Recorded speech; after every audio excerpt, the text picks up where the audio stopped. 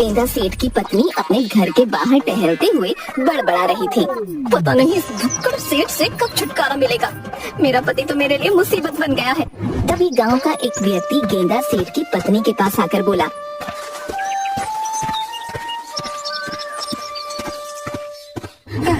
मेरी मदद कीजिए ठकुराइन। अरे मुझे तो खुद मदद की आवश्यकता है, मैं तुम्हारी क्या मदद करूंगी? मेरे पास पैसे वैसे नहीं है। मैं आपसे पैसे नहीं मांग रहा। दरअसल मेरा भैंसों का तबेला है जिसमें कल अचानक से आग लग गई और मैंने बड़ी मुश्किल से मेरी भैंसों के खाने का भूसा बचा लिया है। कुछ दिन के लिए आप उस भूसे को अपने पास रख लीजिए। अच्छा तो तुम वही हो जिसके भैंसों के तबेले में आग लग गई थी? ठीक है, वो सामने कोठरी दिख रही है, वहाँ पर अपना भूसा रख दो। वो व्यक्ति अपनी भैंसों का भूसा रखकर वहाँ से चला गया। गेंदा सेठ की पत्नी जैसे ही अंदर गई कि तभी गेंदा सेठ उससे क्रोधित होकर बोला, अरे तुमसे कितनी बार कहा है कि मुझे समय पर भोजन दे दिया करो। तुम्हारा कोई भोजन खाने का समय है क्या? तुम्हें तो हर सेकंड भूख लगती रहती है। ये तो तुमने बिल्कुल सही कहा।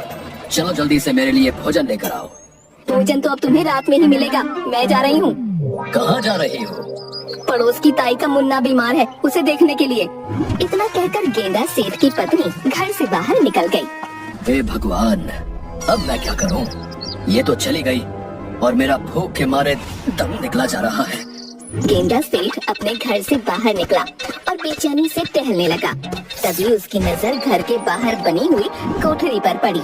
अरे दरवाजे की कुंडी कैसे खुली हुई है? गेंदा सेठ कोठरी के अंदर आ गया और भूसे को देखकर बोला, है? इतना सारा भूसा? लगता है मेरी पत्नी भोजन का इंतजाम करके गई है। वो मुझे सरप्राइज देना चाहती होगी। चलो आज इस भूसे का भी स्वाद चखकर देख लेते हैं। बहुत सारा भूसा चट कर गया। अरे वाह, मजा आ गया। तभी मैं कहूँ ये भैंसें भूसा खाकर शांत कैसे हो जाती हैं।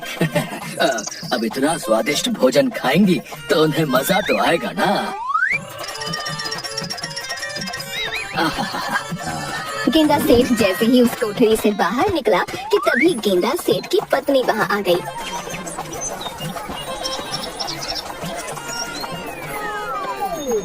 अब तुम तो पड़ोस की ताई के मुन्ना को देखने गई थी, अब तुम इतनी जल्दी कैसे आ गई? तुम यहाँ पर क्या कर रहे हो? मैं उसे देखने गई थी, ना कि वहाँ रहने के लिए गई थी। इतना बोलकर गेंदा सेठ की पत्नी कोठरी के अंदर घुस गई। हे भगवान, ये जानवर उस बेचारे गरीब व्यक्ति का सारा भूसा खा गया। अब मैं उसे क्या जवाब दूंगी? इतना बोलकर वो कोठरी से बाहर निकलकर अपने पति से बोली, तुम इंसान हो कि जानवर? अब मैं बेचारे उस गरीब व्यक्ति को भूसा कहाँ से ला कर दूंगी?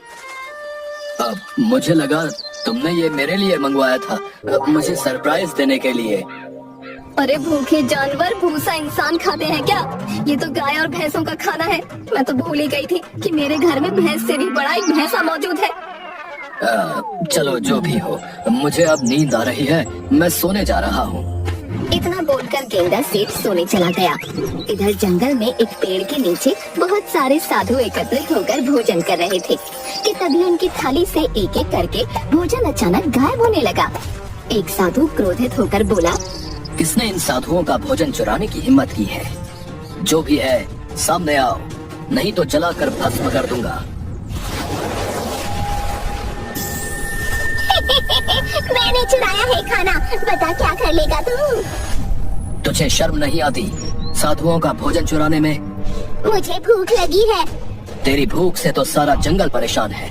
तू आधा जंगल खा चुकी है चुड़ैल। अब मैं क्या करूं? मुझे भूख ही इतनी लगती है कि मैं अपने आप को कई वैद्य और हकीमों को दिखा चुकी हूँ, मगर कोई फायदा नहीं हुआ। तुम तो बहुत पहुँचे हुए तांत्रिक साधु लगते हो, तुम ही कोई चमत्कार करके दिखा दो। साधु क्रोधित होते हुए चुड़ैल से बोला, एक उपाय है। जिस दिन तुझसे भी बड़ा भुक्खड़ मिल गया और उसने तुझे भोजन की प्रतियोगिता में हरा दिया, तो तेरी भूख उसी दिन खत्म हो जाएगी।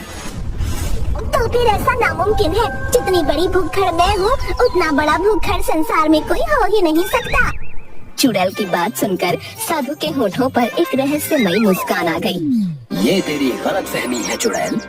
इस संसार में एक और भुक्कड़ है जिसका कोई मुकाबला नहीं।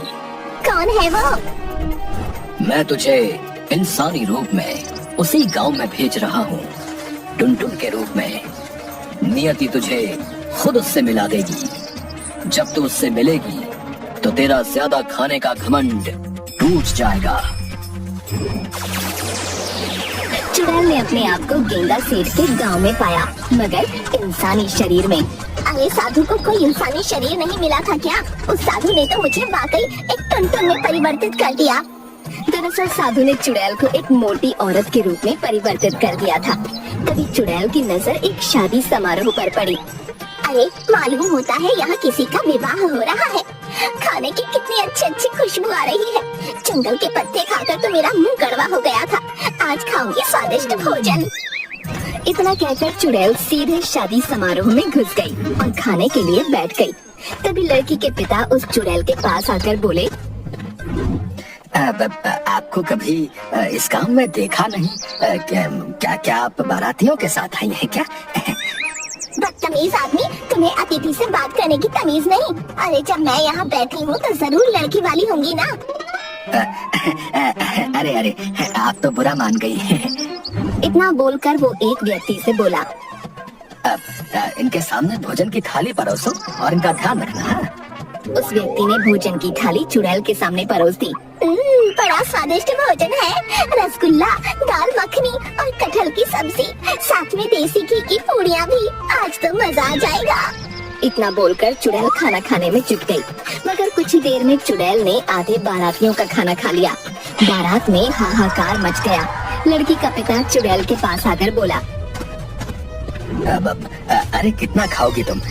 मैंने तुम्हारे बारे में पता किया है, तुम बारात के साथ नहीं आई हो। मुझे भूख लगी है और भोजन चाहिए। तुम तो हमारे गांव के गेंदा सेठ से भी 2 हाथ आगे लग रही हो। पहले ही हम गेंदा सेठ से परेशान थे और अब ऊपर से तुम आधमकी।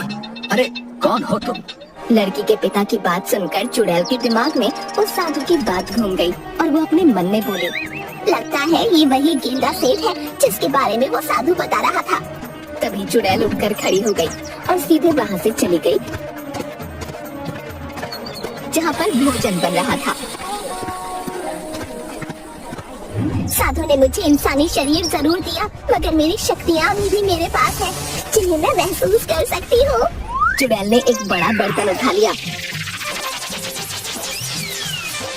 और सारे बारातियों का खाना खा गई। मुझे टक्कर देने वाला इस संसार में कोई है ही नहीं।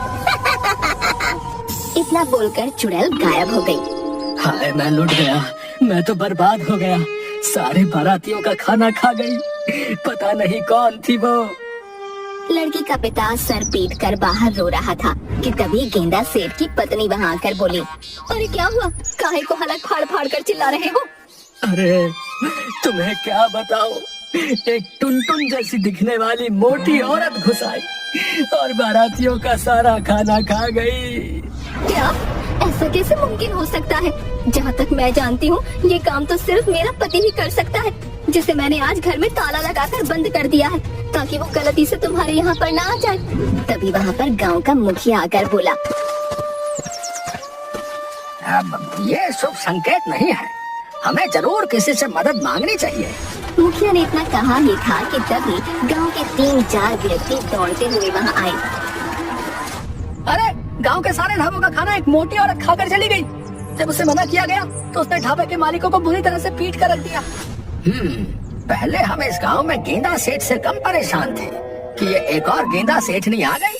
हमें अब उस पहुंचे हुए साधु से मदद मांगनी पड़ेगी जो हमारे गांव से दूर एक जंगल में रहता है। अब चलो मेरे साथ। मुखिया गांव के लोगों को लेकर सीधा साधु के पास पहुंच गया।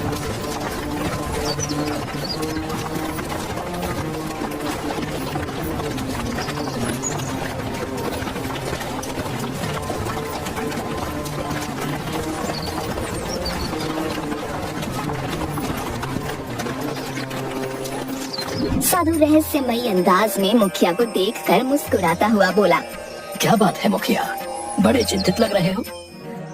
हमारी मदद कीजिए साधु महाराज।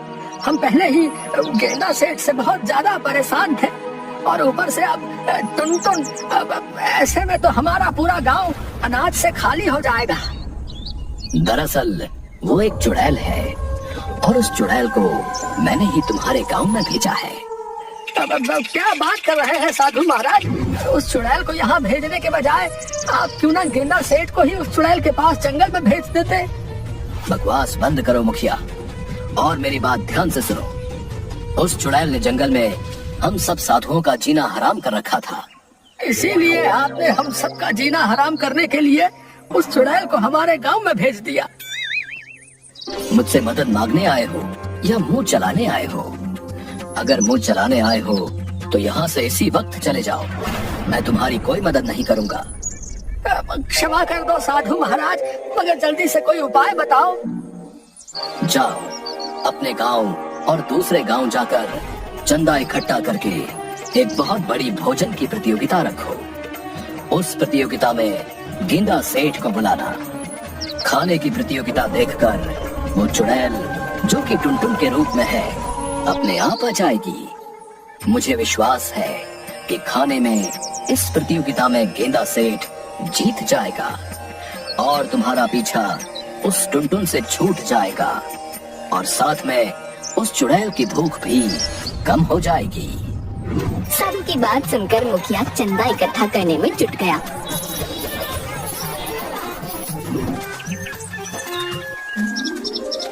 अगले दिन बहुत बड़ी प्रतियोगिता रखी गई। उस प्रतियोगिता में तरह तरह के भोजन रखे गए और गेंदा सेठ को बुलाया गया।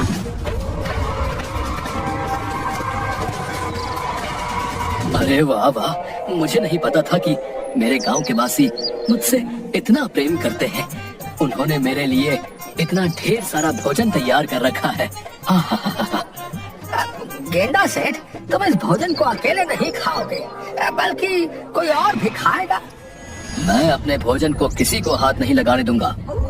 तभी वही चुड़ैल टुनटुन के रूप में आ गई और गेंदा सेठ की ओर देखकर बोली, अच्छा तो तू ही है वो जिसके बारे में साधु का सोचना है कि तू मुझे हरा देगा। मुझे नहीं पता मैं तुम्हें हरा पाऊंगा या नहीं। बस मुझे इतना पता है कि मुझे बहुत जोरों की भूख लगी है। तो फिर देखते क्या हो, भोजन की थाली लगाओ, देखते हैं कौन जीतता है। कुछ ही देर में प्रतियोगिता शुरू हो गई। चुड़ैल और गेंदा सेठ ने खाना शुरू कर दिया।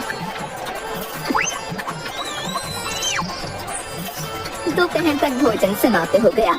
गेंदा सेठ मुखिया से बोला, तुमने अपनी भोजन की प्रतियोगिता में बस इतना ही खाना रखा था। अभी तो मेरा कुछ भी भला नहीं हुआ। जाओ और भोजन का इंतजाम करो। हाँ हाँ, मुझे भी बहुत तेज भूख लगी है। मुखिया ने दूसरे गांव में भी चंदा कर रखा था। तुरंत वहाँ पर और भोजन लाया गया और गेंदा सेठ और चुड़ैल फिर से खाने लगे। शाम तक वो दोनों खाते रहे। रात के समय चुड़ैल डकार लेते हुए बोली, अब तो मेरा पेट भर गया है, इससे ज्यादा मैं नहीं खा सकती। तो वहीं गेंदा सेठ मुखिया से बोला, ये सारा खाना तो मेरी एक दाढ़ में हिलक गया है। मेरा कुछ भी भला नहीं हुआ। जाओ और भोजन लेकर आओ। ये सुनकर चुड़ैल को चक्कर आते हुए महसूस होने लगे। अरे तू इंसान है या जानवर? नहीं नहीं, तू जानवर भी नहीं हो सकता। जानवर भी इतना नहीं खाते। तेरे पेट में आखिर ऐसा क्या है जो तेरा इतना ढेर सारा भोजन खाने के बाद भी कुछ नहीं हुआ? ज्यादा चपड़ चपड़ मत कर, मुझे भूख लगी है। अगर मुझे खाना नहीं मिला तो मैं तुझे ही खा जाऊंगा। वैसे भी तेरे शरीर में बहुत ज्यादा मांस दिख रहा है और जब मुझे भूख लगती है ना तो मैं कुछ भी खा सकता हूँ। ये सुनकर चुड़ैल बुरी तरह से डर गई और अपने आप से बोली, अरे ये तो वाकई बड़ा ही खतरनाक है। उस साधु ने सच ही कहा था। इतना बोलकर चुड़ैल वहाँ से उठकर भागने लगी। गेंदा सेठ क्रोधित होकर चुड़ैल के पीछे भागने लगा। अरे कहाँ भाग रही है? खाना खत्म हो गया है और अब मैं तुझे ही खाऊंगा। चुटकी बजाकर गायब हो गई और साधु के पास चली गई। क्या हुआ? एक चुड़ैल होकर इतनी डरी हुई क्यों हो? तुमने सही कहा था साधु महाराज। सुबह से शाम तक मैं और वो भूखकर खाना खाते रहे। मैंने इतना खाना खा लिया कि अब मैं 2 साल तक कुछ न खाऊं, मगर उस भूखड़ सेठ की भूख कम ही नहीं हुई। आपको पता है वो मुझे खाने के लिए आ रहा था। तो फिर जाओ जंगल में जाकर 2 साल के लिए सो जाओ। इतना बोलकर साधु ने चुटकी बजाई और वो चुड़ैल गायब हो गई। इधर गेंदा सेठ मुखिया से बोला, अरे अरे बताओ, जब खाने का इंतजाम नहीं था तो प्रतियोगिता किस बात की रखी थी? मुझे भूखा लौटना पड़ रहा है। गेंदा सेठ अपने घर चला गया। हे ईश्वर, एक ही गेंदा सेठ काफी है हमारे गांव में, दूसरा मत भेजना। जान बची तो लाखों पाए।